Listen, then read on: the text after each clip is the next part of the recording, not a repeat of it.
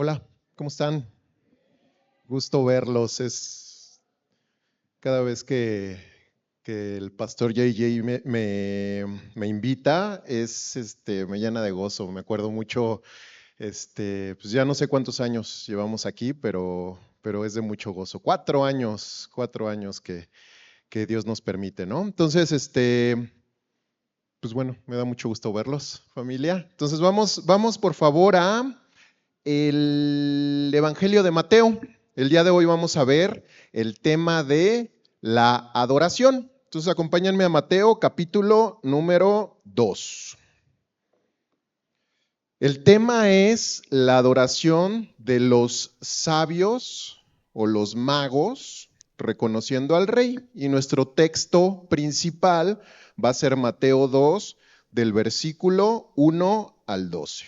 Mateo 2 del versículo 1 al 12. Vamos a leerlo y a poner este tiempo en manos del Señor. Mateo capítulo 2, versículos 1 al 12.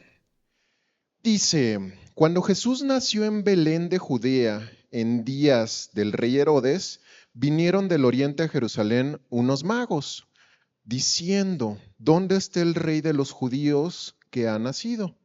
Porque su estrella hemos visto en el oriente y venimos a adorarle. Oyendo esto, el rey Herodes se turbó y toda Jerusalén con él. Y convocados todos los principales sacerdotes y los escribas del pueblo, les preguntó dónde había de nacer el Cristo. Ellos le dijeron, en Belén de Judea, porque así está escrito por el profeta. Y tú, Belén de la tierra de Judá, ¿no eres la más pequeña entre los príncipes de Judá? Porque de ti saldrá un guiador que apacentará a mi pueblo Israel.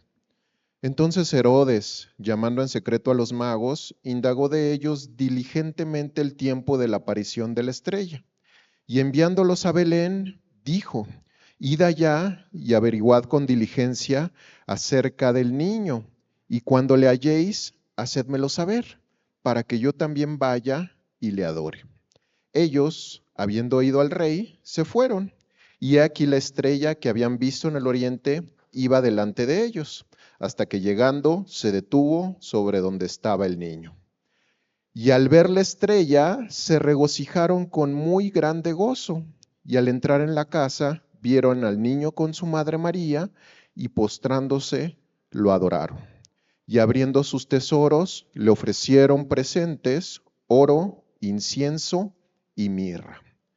Pero siendo avisados por revelación en sueños que no volviesen Herodes, regresaron a su tierra por otro camino. ¿Oramos? Señor, gracias por tu palabra, Señor. Gracias por este tiempo que nos permites meditar en ella, Señor. Te pedimos, Señor, que quites cualquier distracción, Señor, que abras nuestro corazón, abras nuestra mente, que pueda transformar lo que necesita ser transformado y sobre todo, Señor, que si necesitamos ser redargüidos, Señor, sea a través de tu palabra, que es como esta espada de dos filos que penetra hasta lo más profundo y discierne las intenciones del corazón. Señor, ayúdanos, por favor, bendice este tiempo y te lo pedimos todo esto en el nombre de tu Hijo amado Jesús. Amén y amén. Muy bien. Como Dani mencionó al inicio, el día de hoy vamos a revisar el tema de la adoración de los sabios, ¿no? De los magos. Estuvimos viendo diferentes temas a lo largo de este mes y estaba meditando, ¿no? Cómo darle una introducción al pasaje y, y dije, pues desde el principio, ¿no? Entonces, vamos a hacer lo siguiente. Vamos a ver qué es adoración y qué es alabanza, porque muchas veces como que escuchamos la palabra adoración o escuchamos la palabra alabanza y sentimos que son intercambiables. Y sí, una forma parte de la otra, pero el día de hoy, al empezar este estudio, me gustaría nada más dar una pequeña explicación sobre qué significa adorar. ¿Ok? La adoración y la alabanza forman una respuesta ante quién es Dios. Y se dividen de la siguiente manera. Adoración es cómo yo respondo ante la gloria de Dios. ¿Sí?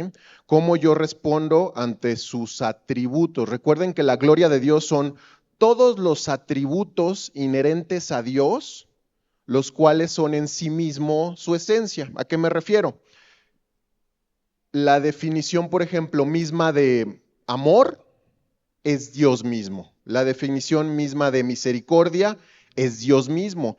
La definición misma de gracia es Dios mismo. Entonces, la adoración es esta respuesta natural en la cual yo entrego completamente mi corazón y mi ser ante la magnificencia y la gloria de Dios. O sea, yo reconozco quién es Él.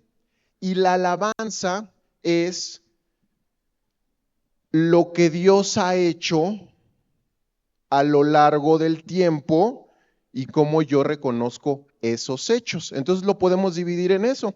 Adoración tiene que ver con Dios en sí mismo y su esencia, y la alabanza con los hechos que Dios hace. Entonces, ¿sí estamos claros lo que es adoración y lo que es alabanza? ¿Sí? Entonces, bueno, el día de hoy vamos a ver el pasaje de los magos, ¿no? De los sabios. Y estaba platicando hace rato con Alfredo y con Dani, y les comentaba, son de estos pasajes que hemos leído y que creemos que conocemos. ¿Por qué? Porque hay villancicos, hay historias, hay caricaturas sobre cada uno de este tema, pero en verdad, pues no son como nos los pintan, ¿no? ¿Y por qué les digo esto? Porque los sabios, los magos, no eran reyes, ni eran magos, ni eran tres, ¿ok? Entonces, el día de hoy vamos a ver quiénes son realmente ellos y vamos a ver qué significa adorar verdaderamente a Dios, ¿ok? Entonces, vamos a revisar el pasaje. Entonces, vamos al primer versículo de Mateo, capítulo 2, versículo 1. Dice, cuando Jesús nació en Belén. Entonces, la primera parte es el nacimiento virginal de Jesús. Es la primera parte y es la parte fundamental de donde se deriva todo esto. ¿Ok? Entonces, en este contexto estamos alrededor de un periodo que va de 12 meses a 24 meses después del nacimiento de Jesús. ¿Sí?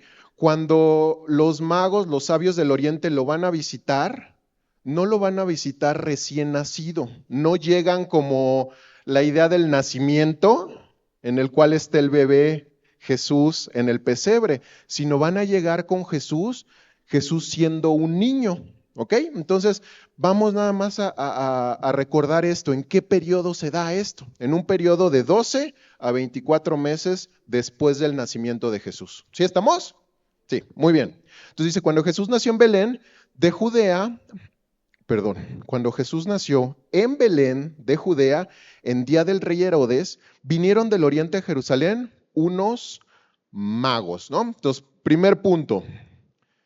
Este tiempo es de 12 a 24 meses después de que Jesús nació. En los días del rey Herodes. ¿Quién era Herodes? Herodes era se le conoce como Herodes el Grande.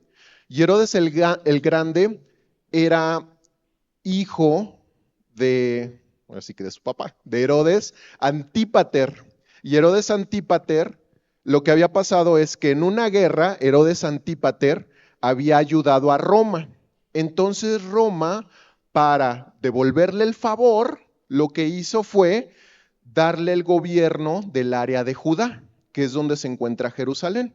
Entonces imagínense, pues sí, queda claro, ¿no? Entonces lo ayudó, le da el gobierno de Judá, muere Herodes Antípater y sube al trono Herodes el Grande. Ahora, ¿quién era Herodes el Grande?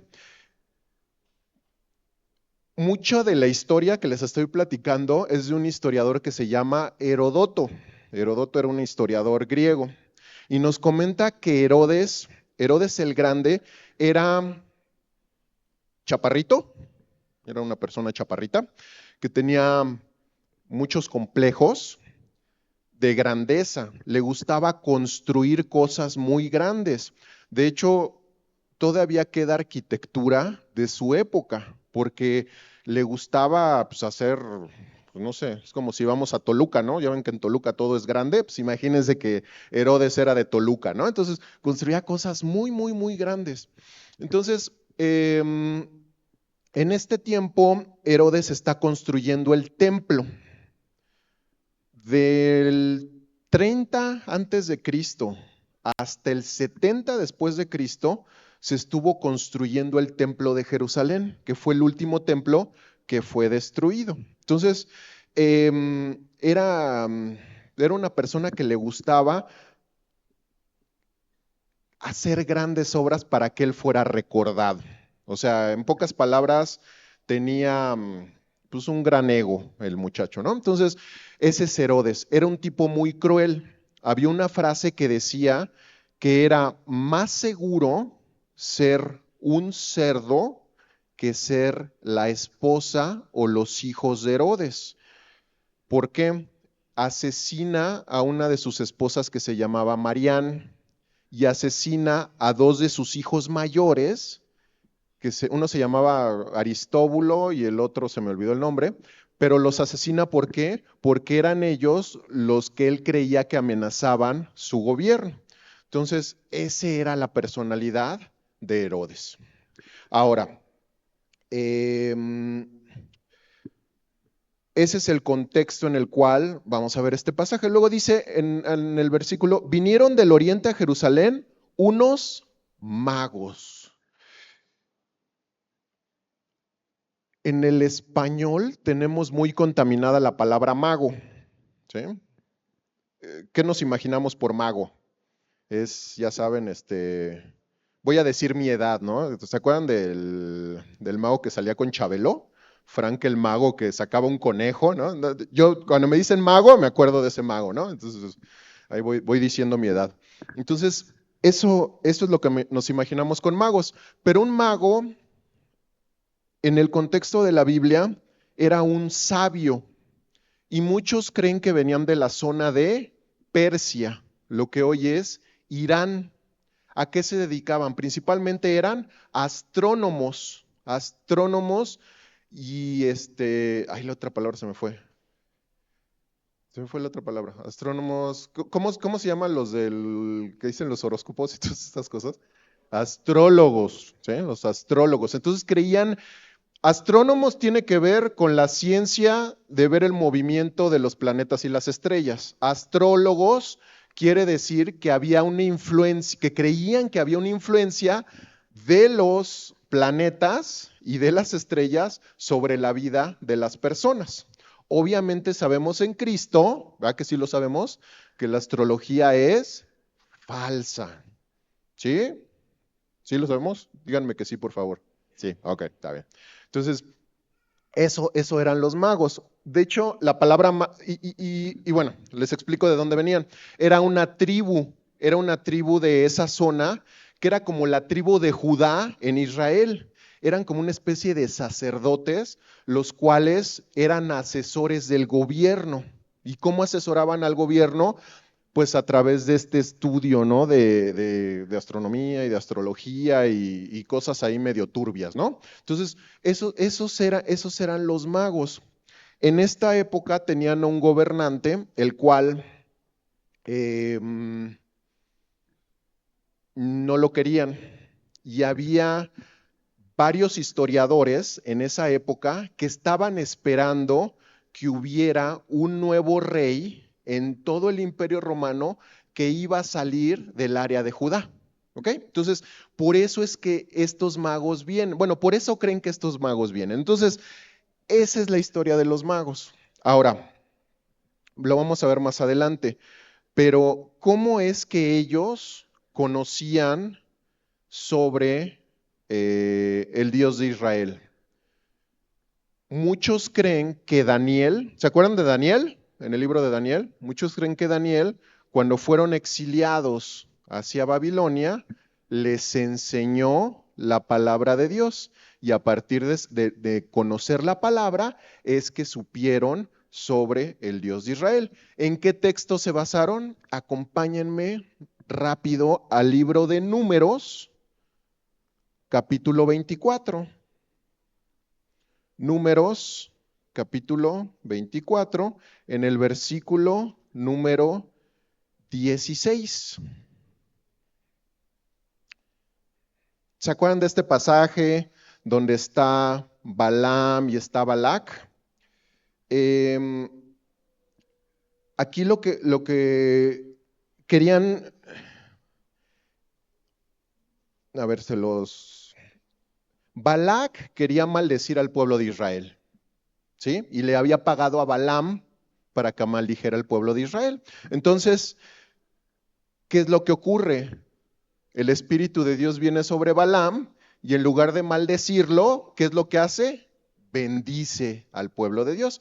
Y entonces en el versículo 10, desde el 15, dice, y tomó su parábola, está hablando Balaam, y tomó su parábola y dijo Balaam, hijo de Beor, dijo el varón de ojos abiertos, dijo el que oyó los dichos de Jehová, y el que sabe la ciencia del Altísimo, el que vio la visión del Omnipotente, caído, pero abiertos los ojos, lo veré, mas no ahora, lo miraré, mas no de cerca, saldrá estrella de Jacob. ¿Sí lo ven? Se está hablando de del Cristo, del Mesías, y que iba a ser anunciado por una estrella. ¿Sí estamos? Entonces de ahí es donde muchos creen que los magos conocieron quién era Cristo. Y dice, y se levantará cetro de Israel. ¿Qué significaba el cetro en Israel? Gobierno. Entonces dice, él va a gobernar sobre todos y herirá las sienes de Moab y destruirá a todos los hijos de Set, ¿no? Y luego habla de todos sus enemigos. Entonces muchos eruditos creen que de este pasaje los magos estudiando se dieron cuenta que el Mesías iba a tener como una anunciación una estrella. ¿De acuerdo? Entonces, vamos a regresar a Mateo 2. ¿Hasta aquí vamos bien? Perdón por la introducción tan larga, pero me gusta saber dónde estamos, siempre me gusta saber, porque a veces como que damos por hecho muchas cosas que son completamente equivocadas, ¿no? Entonces, estamos en ese contexto. Ahora vamos, versículo número 2, dice, diciendo, ¿dónde está el rey de los judíos que ha nacido? O sea, el Mesías, porque su estrella, ¿se acuerdan del pasaje de Números? Su estrella hemos visto en el oriente y venimos a adorarle. Por eso muchos creen que venían de Irán, de la parte este de Israel, ¿sí? Entonces, es eso, ¿no? Ahora, estuve como leyendo e investigando diferentes fuentes y dan unas explicaciones para lo de la estrella que a veces como que los estudiosos tienen mucha imaginación, ¿no? En lugar de decir que fue algo sobrenatural, le tratan de encontrar explicación a todo, ¿no? O sea, explicación de no, y es que a lo mejor fue un cometa, etcétera. Pero a mí lo que me llama la atención es, cuando ustedes ven una estrella, ¿qué le pasa a la estrella normalmente? ¿Cómo la ven? Se va moviendo. ¿Estamos? ¿Qué sería sobrenatural? Que la estrella se quedara quieta. Entonces, eso es lo sobrenatural, que esa estrella iba moviéndose y se quedó exactamente donde estaba el Mesías. Entonces, es como una señal. Y lo que les trato de decir es que no lo veamos como todas estas explicaciones para ver que el movimiento de los planetas y en esa época que el cometa Halley. No, o sea, Dios puede hacer lo que Él quiera. ¿Sí? Y esa estrella cumplió ese propósito en ese momento. ¿De acuerdo? Entonces, era un evento sobrenatural, era milagroso. En el versículo 3 dice, en el versículo 2 dice, porque su estrella hemos visto en el oriente y venimos a adorarle. Y entonces vamos a ver el primer principio de los principios de adoración que vamos a revisar el día de hoy. ¿Cuál es el primer principio de adoración? ¿Qué quedamos que es la adoración? La adoración es esta respuesta natural ante quién es Dios. Y la respuesta natural es yo entregarme por completo a Él. ¿Sí? Entonces, ¿cuál es el primer principio de la adoración? La adoración me va a costar. ¿Desde dónde venían ellos? Venían a una distancia de alrededor de 800 kilómetros. No había aviones, no había burros turbo, no había nada del transporte que tenemos hoy en día. ¿Cuánto es lo más que han caminado de un lugar a otro? Díganme un número. ¿20 kilómetros? ¿50 kilómetros? ¿Sí? Traemos los relojes, ¿no? Que nos miden los pasos, ¿no? A veces llevamos 5,000 pasos y estamos con el bofe por fuera, ¿no? Entonces, y lo checa el reloj y dice a ver cuántos tengo. Bueno, entonces, ¿sí me entienden? Era muy difícil. Entonces, uno de esos principios es la adoración me va a costar. Y me va a costar, ¿qué? Recursos. Me va a costar, ¿qué más? Tiempo. Me va a costar mi vida. Me va a costar mis sueños. ¿Qué es lo que hace Jesús con nosotros? Cuando nosotros le adoramos y cuando nosotros le servimos naturalmente, ¿qué ocurre? Toda nuestra vida, ¿el discipulado qué es? Ahora vamos un pasito atrás. ¿Qué es discipulado? ¿Mandé?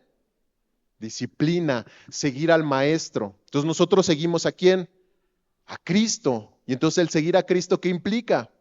Costo. Me va a costar todo. Entonces eso por favor, guardémoslo.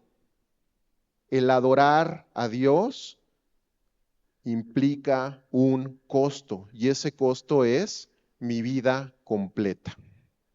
Suena fuerte, pero así es. Dios, no sé si han escuchado esta frase, ¿no? Que dice, Dios quiere tu corazón, ajá, pero también quiere tu mente, también quiere tu cuerpo, quiere toda tu vida.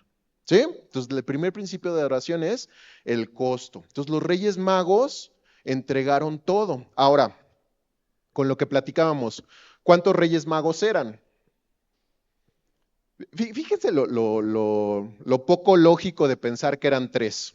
¿Sí? Pensaban que eran tres, ¿por qué? Porque llevaban tres regalos. ¿Están de acuerdo? Eran regalos muy costosos. ¿Qué pasaría si iban en una caravana nada más 3 personas en esa época? ¿Qué les hubiera pasado? Los asaltaban a la esquina. ¿Sí? Entonces, muy probablemente eran 25 o eran hasta 50 personas. ¿Por qué? Porque viajaban en grupos grandes para poder protegerse. Entonces eran grupos grandes, ¿no? Bueno, vamos a continuar. Entonces el primer principio de adoración tiene que ver con el costo. Dice versículo 3, oyendo esto, el rey Herodes se turbó y toda Jerusalén con él. Entonces, ¿qué era lo que pasaba? Los magos, los sabios, acuérdense que no eran reyes, pero eran como asesores de los reyes.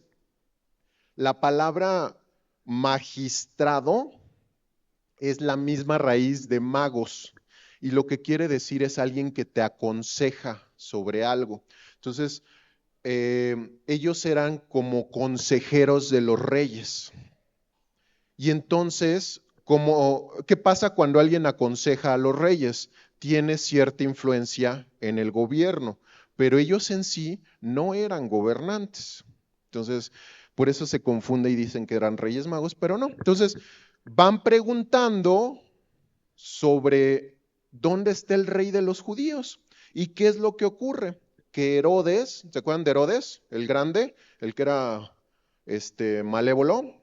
que era chaparrito con unos cuernotes. Bueno, ese Herodes se escucha sobre eso y se espanta. ¿Por qué creen que se espanta Herodes?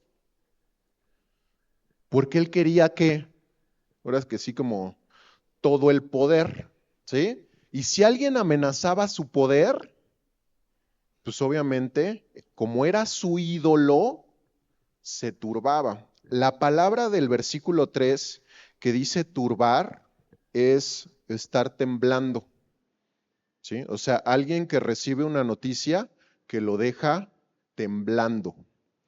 Y también toda Jerusalén con él. ¿Por qué creen que se espantaron los demás? Porque cuando Herodes se enojaba, arrasaba con todo. Entonces eso era lo que pasaba. Y entonces Herodes, al ver que había este rumor de que había un nuevo rey de los judíos, hace lo siguiente, versículo 4, y convocados todos los principales sacerdotes y los escribas del pueblo, les preguntó dónde había de nacer el Cristo. Entonces, le pregunta a los sacerdotes y a los escribas. Los sacerdotes, ¿de qué se encargaban? De servir en la parte física del templo, o sea, ellos eran los que cortaban a los animales, los que lo ponían en el asador, bueno, en el altar, que era el asador, que daban de comer la carne asada, ellas se lo comían, o sea, hacían toda la parte física. ¿Y los escribas de qué se encargaban? Los escribas se encargaban de enseñar la palabra y enseñar cómo se debía de aplicar correctamente. Entonces les llamó a ellos para preguntarles qué era lo que estaba pasando. ¿Y qué contestaron ellos? Ellos le dijeron, en Belén de Judea, porque así está escrito por el profeta. Y entonces dice versículo 6, cita a Miqueas, capítulo 5, versículo 2, dice, y tú, Belén, de la tierra de Judá, no eres la más pequeña entre los príncipes de Judá, porque de ti saldrá un guiador que apacentará a mi pueblo. Entonces, por un punto aquí a revisar. Decía Belén de Judea, había dos Belén, ¿sí? Una Belén estaba más hacia el noreste, esta Belén estaba más hacia el sur. Entonces, fíjense la precisión de la palabra, ¿sí? Porque pudo haber dicho nada más Belén y pudieron haber dicho después, no, la Biblia dijo que era Belén, pero no especificó, no. Miqueas vivió alrededor de 600 años antes de Cristo y 600 años antes dijo exactamente en qué ciudad. Belén era la ciudad donde nació también el rey David, ¿sí? El rey David y Jesús nacen en la misma ciudad. Y dice, era un pueblo pequeño, un pueblo de no más de 20,000 habitantes. O sea, la colonia de acá atrás es más grande que Belén, ¿no? Y dice, no eres la más pequeña entre los príncipes de Judá, porque de ti saldrá un guiador que apacentará a mi pueblo. ¿Qué característica iba a tener el Mesías? Iba a ser un pastor. ¿Sí lo ven? Guiador y apacentador. ¿Qué significa guiador? Un guiador es aquel que te dice por dónde ir, y que apacenta quiere decir que te cuida, que te alimenta, que te lleva, que te provee. ¿De acuerdo? Entonces, ese era el Mesías, ese era el Cristo prometido. Ahora, en el versículo 7 dice, fíjense, esto es importante, ¿cuál fue la respuesta de los sacerdotes y los escribas? ¿Conocían la Biblia? ¿Sí la conocían? ¿Sabían lo que iba a pasar? ¿Cuál fue su respuesta? ¿Cómo se quedaron? Se quedaron nada más diciendo, es esto, y no hicieron nada. Otro principio de la adoración es esto. Quedamos que el primer principio de la adoración es que nos va a costar todo. Y el segundo principio que tenemos de la adoración es, la adoración me va a ayudar a actuar. Una adoración genuina me ayuda a actuar, a servirle al Señor, a buscarlo. ¿Qué hicieron los sacerdotes y los escribas? Se quedaron parados. ¿Conocían la Biblia? la tenían en su mente, pero ¿qué era lo que pasaba? No bajaba su corazón, no actuaban en consecuencia. Entonces, uno de los principios de la adoración es que una adoración verdadera se basa en la acción, en servir a Dios. ¿Estamos? Ese es el segundo principio. Versículo 7. Entonces Herodes, llamando en secreto a los magos, o sea, Herodes fue primero a preguntarle lo que estaba pasando a los sacerdotes y escribas, y luego fue a preguntarle a los magos, ¿no? Hizo como una pequeña junta, ¿no? Ahí con los sabios, con los magos de Oriente. Dice lo siguiente, indagó de ellos diligentemente el tiempo de la aparición de la estrella. O sea, les preguntó, ¿cuándo es que se les apareció esta estrella en Oriente? Y ellos le contestaron, dice, y enviándolos a Belén, o sea, con la información que tenía de los sacerdotes y los escribas, ¿qué les dijo a los magos? Ok, la estrella los va a llevar a Belén. ¿A cuánto estaba Belén? ¿A cuánto está? Todavía existe Belén. Belén de Judá está alrededor de 6 a 7 kilómetros. O sea, es una... ¿Qué serán 7 kilómetros? ¿2 estaciones del metro? Son 7 kilómetros. Está cerca, literalmente está cerca. Entonces lo que les dijo es, están en Belén. Enviándolos a Belén dijo, id allá y averiguad con diligencia acerca del niño. Y cuando le halléis, hacedmelo saber, para que yo también vaya y le adore.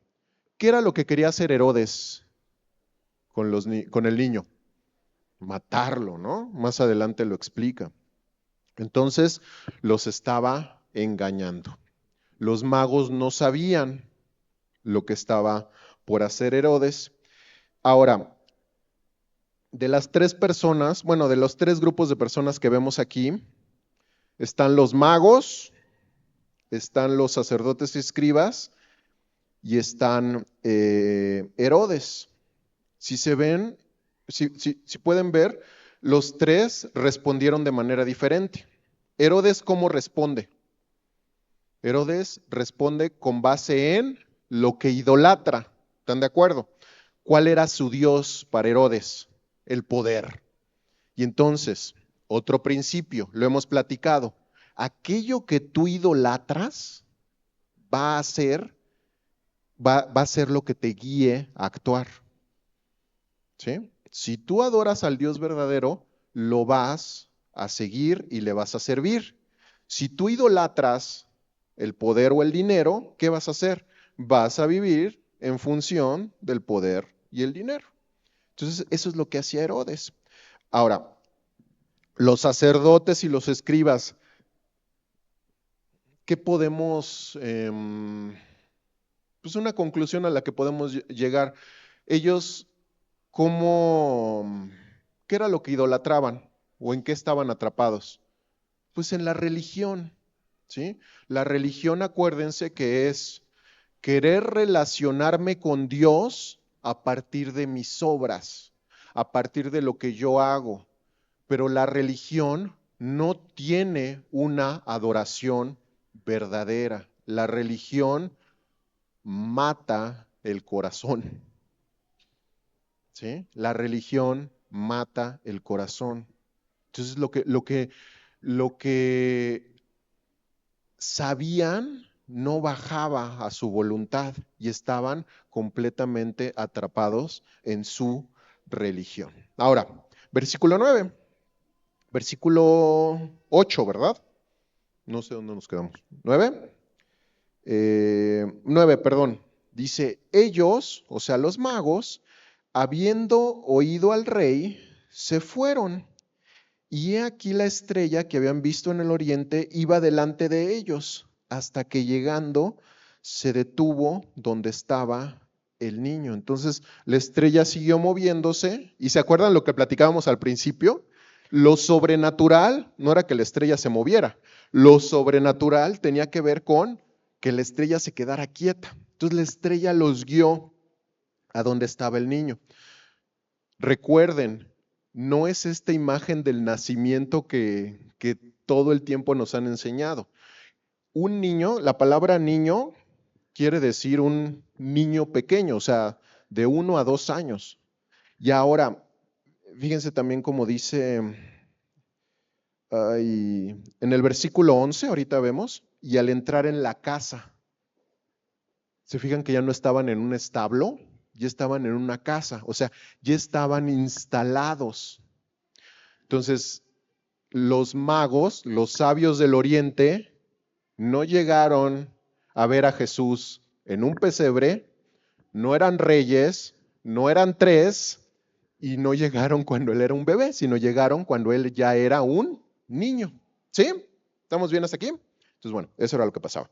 Versículo 10. Y al ver la estrella, se regocijaron con muy grande gozo, ¿no? Y lo que quiere decir esto es,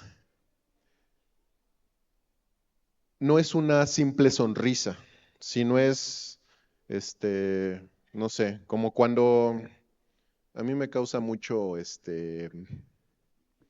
¿sí se los digo? Sí, se los digo. Por ejemplo, en los conciertos, que la gente se pone así como, ¡ay! Gritan, o en los juegos de fútbol, eso significa este gozo, ¿sí? O sea, esa adoración que solamente merece Dios, es ese gozo específico. O sea, no es una sonrisa, sino es una alegría la cual no puedo contener. Y entonces, iba a decir los reyes magos, ¿eh? Los magos, al darse cuenta de esto, se alegran mucho. O sea, es un gozo indescriptible. Y dice en versículo 11, y al entrar en la casa, vieron al niño con su madre María. Y Mateo lo que siempre hace es que pone el nombre de Jesús, lo menciona 11 veces junto con María, y siempre pone el nombre de Jesús primero. O sea, le da el lugar que tiene María, pero siempre, siempre, siempre Jesús es primero. Entonces dice, al entrar en la casa vieron al niño con su madre María y postrándose lo adoraron. Y abriendo sus tesoros, le ofrecieron presentes, oro, incienso y mirra. El tercer principio de adoración, ¿se acuerdan de los que vimos? ¿Cuál fue el primer principio? Nos va a costar todo. ¿Cuál es el segundo principio? ¿Nos va a qué? Tiempo. Tercero va a ser humildad. La adoración genuina nos hace humildes. ¿Por qué? Estaba estudiando este pasaje y digo, algunos conocen al pastor JJ ya de muchos años. Cuando el pastor JJ llegó a Semilla, cuando era el tiempo de alabanza, híjole, a ver si, espero no esté viendo la grabación. Cuando era el tiempo de alabanza, el pastor JJ se tiraba, o sea, literalmente se tiraba en el piso y adoraba al Señor. Entonces, me recordó mucho eso, ¿no? ¿Y por qué les menciono esto de la humildad? Porque no, cuando tú en verdad estás adorando a Dios, no te interesa absolutamente lo que van a decir los demás, no te interesa lo que piensen de ti, no te interesa si te van a criticar, no te interesa absolutamente nada. Tú estás preocupado solamente por adorar a tu Señor y a tu Salvador. Entonces, ese es el tercer principio. Tercer principio es que la adoración verdadera va a ser humilde. Y entonces, vean lo primero que hacen. Dice, el pasaje se postraron. La palabra en griego es pronesqueo, no me acuerdo bien, pero proskinesis. Y tiene que ver con una adoración que solamente se le da a Dios. Cuando Juan en Apocalipsis ve a un ángel y lo adora, ¿qué es lo que ocurre? El ángel le dice, no, a mí no me adores. El único que merece adoración es Dios. Entonces, es esta adoración, o sea, este postrarse es esta respuesta natural a saber quién es Dios. Lo adoraron. Ahora, acuérdense que Antes de que nosotros podamos darle algo a Dios, ¿qué necesitamos? Necesitamos entregarnos por completo a Él. O sea, yo no le puedo entregar nada a Dios si yo no me he entregado por completo a Él. ¿Se acuerdan del primer principio, no? La adoración me va a costar todo. Y eso es la base. Si yo quiero darle mi servicio, quiero darle recursos a Dios, quiero darle mi tiempo, lo primero que debo de hacer es entregar mi corazón, entregarle mi voluntad. Y es lo que es lo que hacen aquí los sabios, ¿no? Los magos, es postrarse y adorarle. Entonces, primero le dan su corazón a Dios, primero se entregan completamente a Él, primero en humildad llegan a Él. Y ahora sí, entregan los tesoros, los presentes que van cargando. Aquí nos vamos es lo que vamos a, como el centro del mensaje. ¿Por qué estos tres regalos? ¿Qué significan estos tres regalos? ¿Por qué les da oro, incienso y mirra? Vamos a verlo. El oro. El oro, en esa época se consideraba que el oro era el metal más útil y más escaso. Actualmente sabemos, ¿no?, que está el platino y no sé qué otra, el rodio creo que es el más escaso, pero se identificaba mucho el oro ¿con qué? Con los reyes. No sé si se acuerdan cuando Salomón construyó el templo, ¿de qué lo cubrió? De oro. Entonces, tiene que ver con la realeza. Los sabios, los magos, ¿qué estaban? ¿Por qué le estaban dando ese regalo de oro? Porque decían que Cristo es Rey. Entonces, acompáñenme por favor a Apocalipsis capítulo 19. Apocalipsis capítulo 19. En el versículo 16. Bueno, vamos desde un poquito antes. Desde el 11, vamos a ver ese pasaje completo, ¿no? Apocalipsis 19, a partir del versículo 11. Este es el regreso del Señor Jesús, la segunda venida del Señor Jesús. Dice lo siguiente: entonces vi el cielo abierto y aquí un caballo blanco, y el que lo montaba se llamaba Fiel y Verdadero, y con justicia juzga y pelea. O sea, ¿quién va montado de ese caballo? ¿Quién? Jesús, exacto. Sus ojos eran como llama de fuego y había en su cabeza muchas diademas y tenía un nombre escrito que ninguno conocía sino él mismo. Estaba vestido de una ropa teñida de sangre y su nombre es el Verbo de Dios. Y los ejércitos celestiales vestidos de lino finísimo, blanco y limpio, le seguían en caballos blancos. De su boca sale una espada aguda para herir con ella las naciones, y él la regirá con vara de hierro, y él pisa el lagar del vino del furor y de la ira del Dios Todopoderoso. Y en su vestidura y en su muslo tiene escrito este nombre: Rey de Reyes y Señor de Señores. Entonces, ¿cuál es el título y la esencia de Jesús? Él es el Rey de todos los reyes y el Señor de todos los señores. Ahora, hay un principio importante en esto. Me gustó mucho un comentario que leí que dice: si sabes que Dios no es soberano, o sea, no es rey, tampoco va a ser tu Salvador. Si sabes que Jesús es tu Salvador, vas a saber que Él es soberano. ¿A qué me refiero con esto? Si nosotros hemos aceptado verdaderamente a Jesús como el Salvador, es porque hemos reconocido que Él es soberano. ¿Y qué significa que Él es soberano? Él gobierna sobre todo, gobierna sobre cada evento de la historia y gobierna sobre cada aspecto de mi vida. Eso es que Dios sea soberano. Si yo en verdad he creído en Jesús, yo le he entregado el gobierno de mi vida a Él. Si yo no he creído que Él es mi Salvador, no le he entregado cada aspecto de mi vida. ¿Sí? Entonces, es un principio muy importante. El Dios y el Salvador es soberano, es el Rey de Reyes y Señor de Señores, ¿no? ¿Qué más? La adoración también es porque Él es el Rey. ¿Cómo es que nosotros cuando vemos, por ejemplo, algún gobernante o alguna autoridad, cómo nos portamos?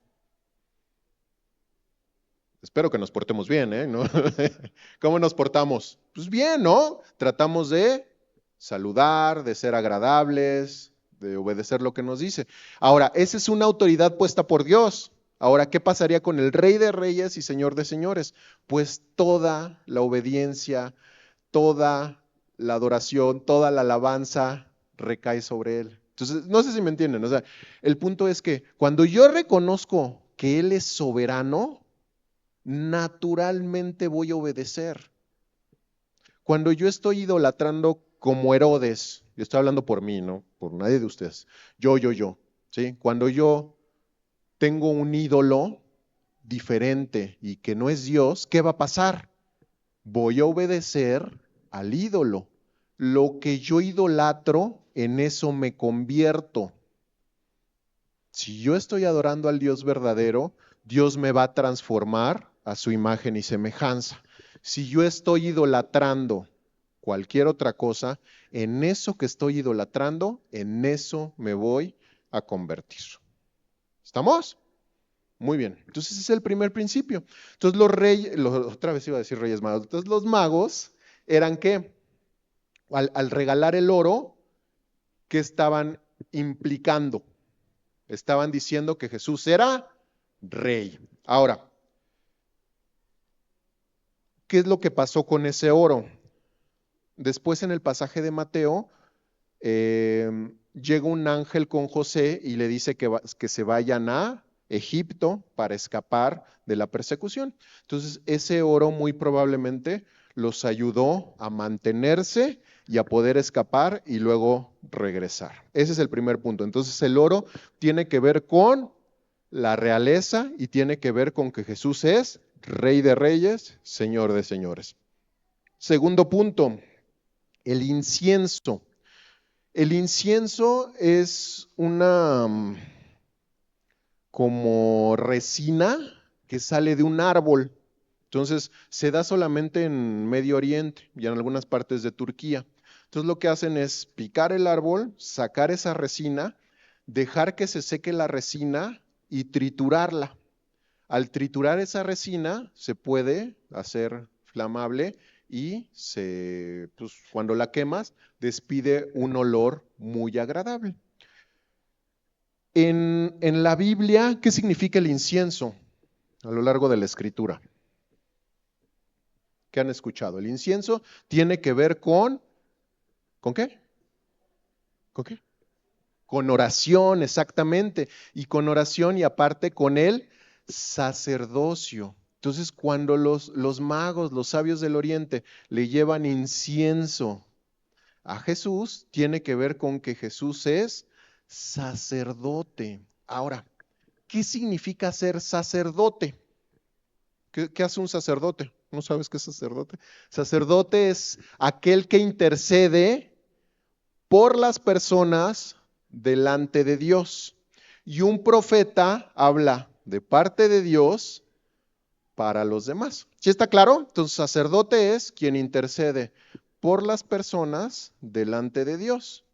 Y un profeta quien habla de parte de Dios a las personas. Entonces, Jesús es nuestro sumo sacerdote. Entonces, vamos a ir viendo diferentes pasajes. Acompáñenme, por favor, al libro de Hebreos, capítulo número 4. Hebreos, capítulo número 4.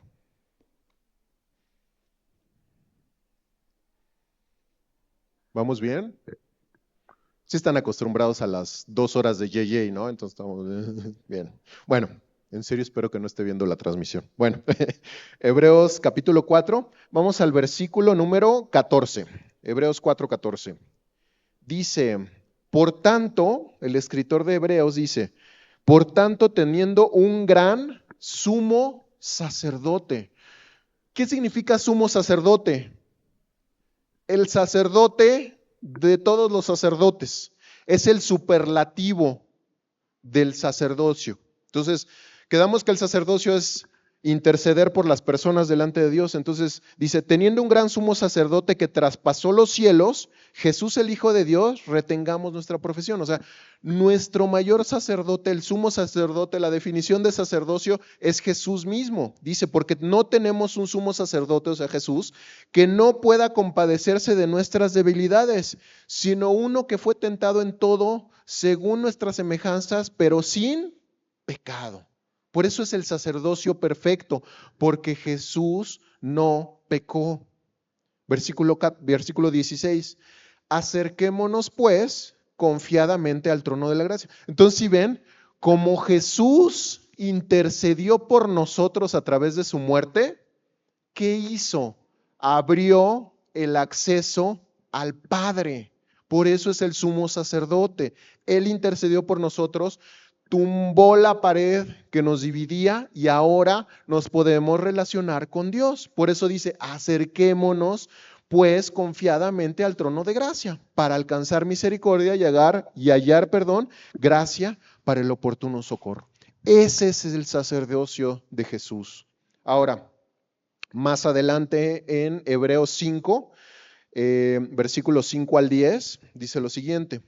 Así tampoco Cristo se glorificó a sí mismo haciéndose sumo sacerdote, sino el que le dijo, tú eres mi hijo, yo te he engendrado hoy, como también dice en otro lugar, tú eres sacerdote para siempre, según el orden de Melquisedec. O sea, Cristo siempre fue, siempre es y siempre será sacerdote. Y Cristo en los días de su carne, ofreciendo ruegos y súplicas con gran clamor y lágrimas al que le podía librar de la muerte, fue oído a causa de su temor reverente. Y aunque era hijo, por lo que padeció aprendió la obediencia. Y habiendo sido perfeccionado, vino a ser autor de eterna salvación para todos los que le obedecen. Y fue declarado por Dios sumo sacerdote según el orden de Melquisedec. Entonces, les decía, Jesús es nuestro sacerdote e intercede por nosotros. Intercedió, intercede ahora y seguirá intercediendo. Ahora, el día de hoy, nosotros aquí y viendo a los ojos de la eternidad, ¿dónde está Jesús? Jesús está a la diestra del Padre. ¿Y qué está haciendo? Vamos al libro de Juan, a primera de Juan, capítulo 2, versículo 1. Al primer libro de Juan, capítulo 2, versículo 1. Entonces dice Juan, hijitos míos, estas cosas os escribo para que no pequéis. Y si alguno hubiere pecado, abogado tenemos para con el Padre, a Jesucristo el justo.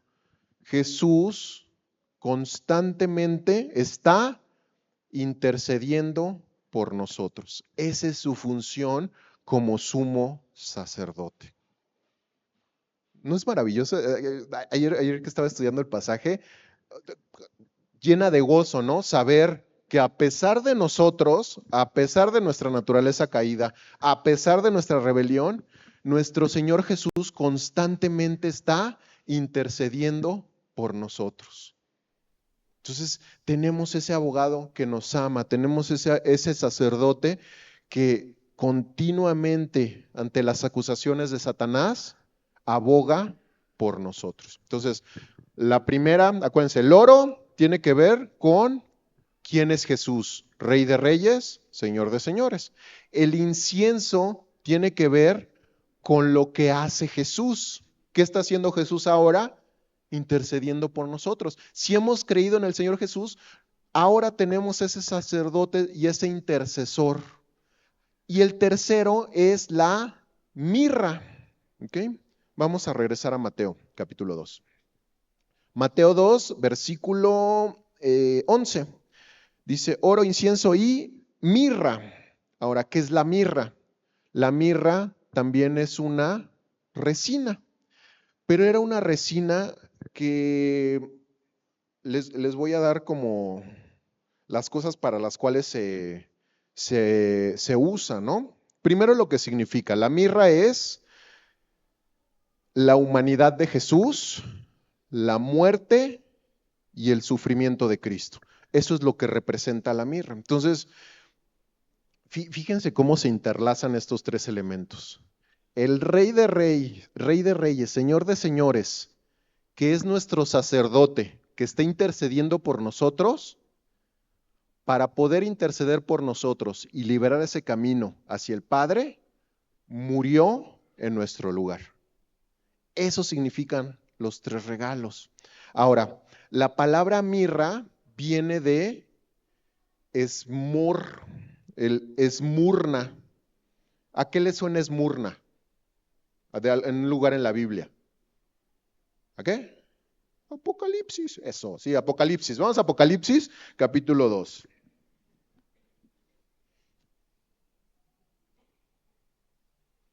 Ya casi, ya casi. Apocalipsis, capítulo 2, versículo número 8. ¿Se acuerdan de las iglesias de Apocalipsis? Juan las escribe, ¿no? Y dice, Apocalipsis 2, versículo 8. Y escribe al ángel de la iglesia en Esmirna. ¿Por qué creen que se llamaba esta ciudad Esmirna? ¿Qué se producía ahí? Mirra, exactamente. Y la mirra, bueno, les dije lo que significaba, ¿no? La humanidad, muerte y sufrimiento de Cristo, pero en esa época era un producto de belleza y era también un perfume. Era como pues, lo que se usaba en los spas de esa época, ¿no? Entonces, no había spas, era muy mal chiste. Entonces, bueno. Entonces, también la mirra, ¿para qué servía? Era un analgésico. No sé si se acuerdan, creo que es en el Evangelio de Juan, Juan capítulo 19, versículo 39, si lo pueden poner, nada más para que lo leamos rápido. Juan 19, versículo 39. Bueno, creo que vamos ahí. Juan 19, 39. ¿Sí está? Que dice, también Nicodemo, el que antes había visitado a Jesús, de noche vino trayendo un compuesto de mirra y de aloes como 100 libras. O sea, trajo 50 kilos. ¿Sí? Entonces era un analgésico que las personas que morían lo cubrían con esos aceites y evitaban que el cuerpo se descompusiera y aparte guardaba el olor. Entonces es muy perfumoso. ¿Sí lo han olido alguna vez? Les dejo de tarea que huelan la mirra. Huele rico. Bueno, Apocalipsis 2. Entonces, en Apocalipsis 2, en la iglesia de Esmirna, vean lo que le dice, es muy, muy, muy llamativo. Dice, el primero y el postrero, el que estuvo muerto y vivió, dice esto.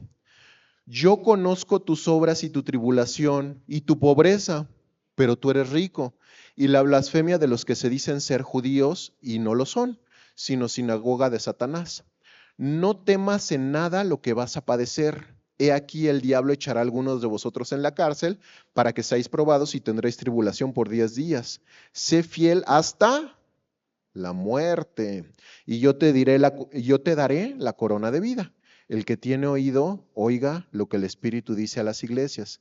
El que venciere no sufrirá daño en la segunda muerte. ¿Sí ven? O sea, ¿qué es lo que trata de decir de mensaje principal a esta iglesia en Esmirna? No le tengas miedo a la muerte. ¿Por qué? ¿Quién fue el que venció a la muerte? Jesús. Vamos a 1 Corintios 15. Rápido, rápido, rápido. Primera de Corintios, capítulo 15. Primera de Corintios, capítulo 15, versículo 53. Primera de Corintios 15, versículo 53. Porque es necesario que esto corruptible se vista de incorrupción y esto mortal se vista de inmortalidad. O sea, está diciendo Pablo, da una explicación, pero al final de cuentas lo que dice es, este cuerpo que tenemos, este traje, va a desaparecer y vamos a ser glorificados, vamos a tener un cuerpo que no se corrompe, que no tiene enfermedad, que no le duelen las rodillas en la mañana, que no sube de peso, nada de eso, ¿sí? Todas esas cosas desaparecieron. Dice versículo 54, dice, y cuando esto corruptible se haya vestido de incorrupción y esto mortal se haya vestido de inmortalidad, entonces se cumplirá la palabra que está escrita, sorbida es la muerte en victoria. ¿Dónde está, oh muerte, tu aguijón? ¿Dónde, oh sepulcro, tu victoria? Ya que el aguijón de la muerte es el pecado y el poder del pecado la ley, mas gracias sean dadas a Dios que nos da la victoria por medio de nuestro Señor Jesucristo. Entonces, ¿quién vence a la muerte? Jesús. ¿Cómo venció a la muerte? Así la venció. Vamos ya, Hebreos capítulo 2 y ya es la última cita que les doy. Perdónenme que brinque tanto de libro a libro. Hebreos 2, versículo 14, dice, así que, por cuanto los hijos participaron de carne y sangre, él también participó de lo mismo, para destruir por medio de la muerte al que tenía el imperio de la muerte, esto es, el diablo. Jesús con su muerte, ¿qué hizo? Venció a la muerte y librar a todos los que por el temor de la muerte estaban durante toda la vida sujetos a servidumbre. Esto siempre se los digo, un no creyente va a estar aterrado de la muerte. Los que hemos creído en Cristo Jesús, ya no nos da miedo la muerte. Creo que nos da más miedo cómo vamos a morir que la muerte en sí misma, ¿no? Pero, sí, porque yo sí soy un cobarde, ¿no? Yo sí le pido al Señor que sea cuando estoy dormido y todo. Pero la muerte en sí misma, a eso ya no le tenemos miedo, ¿sí? Entonces, es de lo que nos libera Dios. Y acuérdense, ninguna religión que se quieren relacionar con Dios por obras sabe lo que pasa después de la muerte. Solo la fe verdadera sabe a dónde va, cómo vamos a llegar y cuándo va a pasar.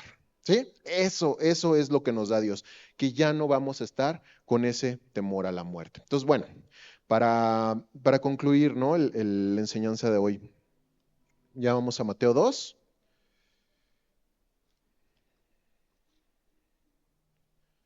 Entonces, esas tres cosas, ¿no? Que fue lo que revisamos, ¿no? La adoración verdadera es también cuando reconocemos que Jesús es nuestro Rey, Jesús es soberano.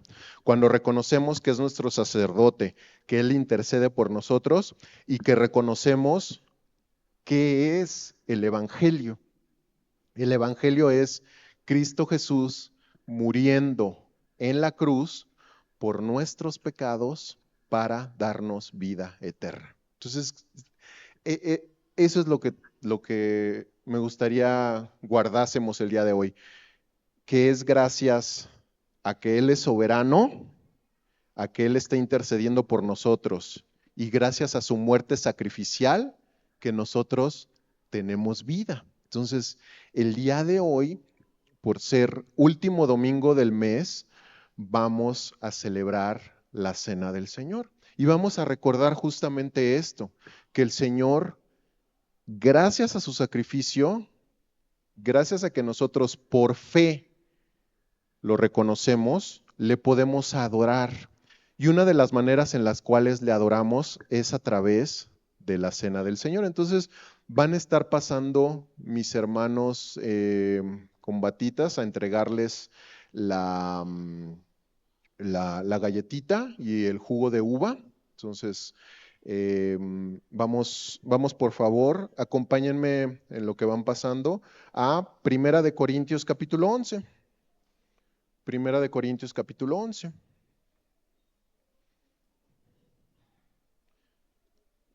Y recuerda, si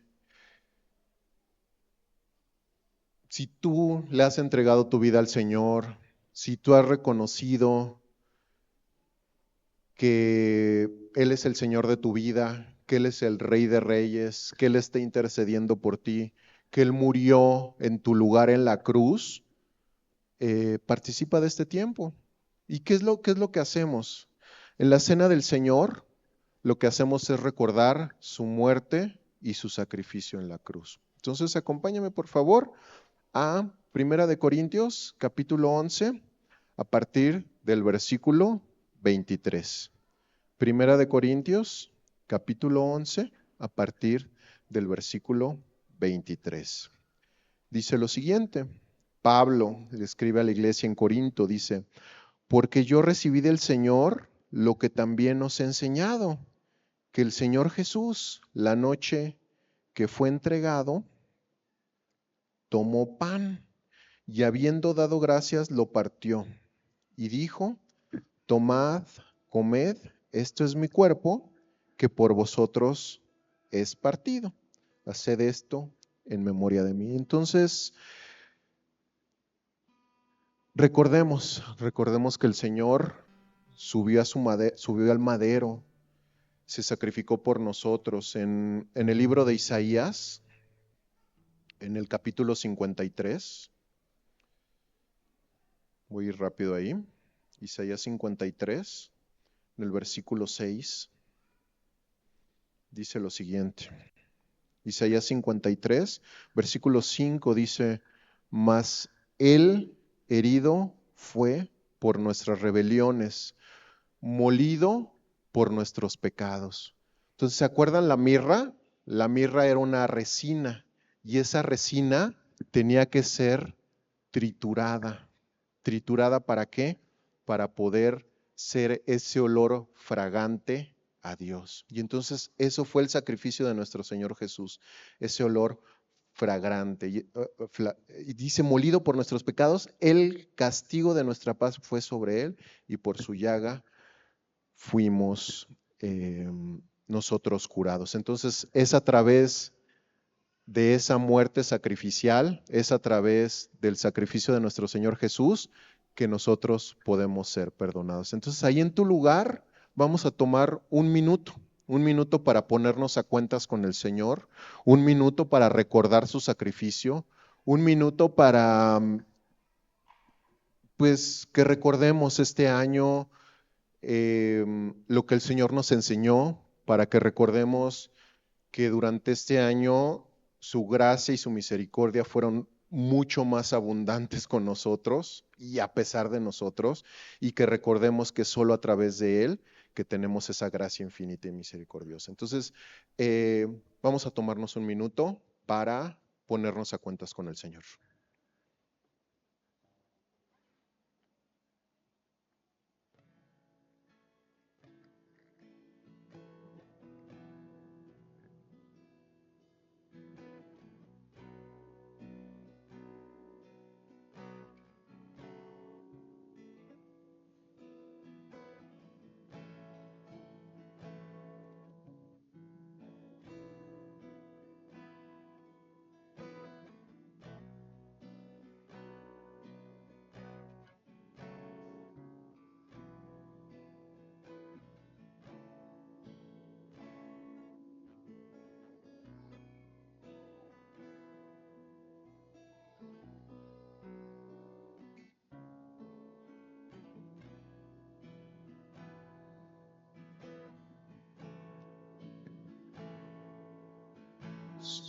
Señor, te damos gracias, Señor, gracias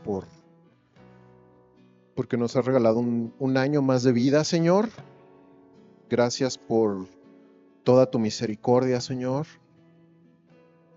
Gracias porque nos sostuviste, Señor, y sobre todo gracias por tu sacrificio en la cruz. Gracias porque es gracias a esa obra que tú perdonas nuestros pecados pasados, presentes y futuros. Gracias de nuevo, Señor. Solo podemos estar totalmente rendidos, adorándote, Señor, y dependiendo de ti en cada momento. Participemos, por favor, del pan.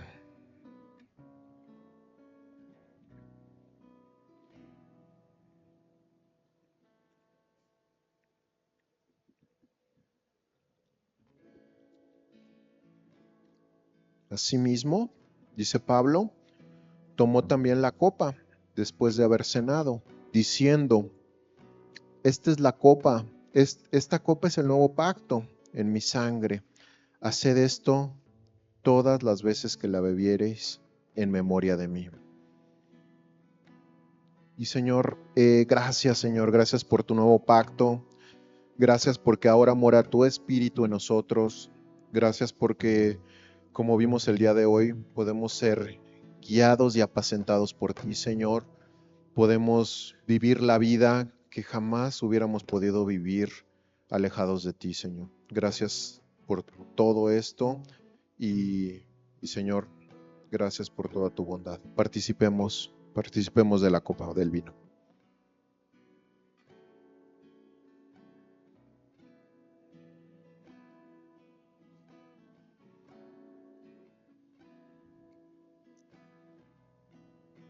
Concluye Pablo: así pues, todas las veces que comiereis este pan y bebiereis esta copa, la muerte del Señor anunciáis hasta que Él venga.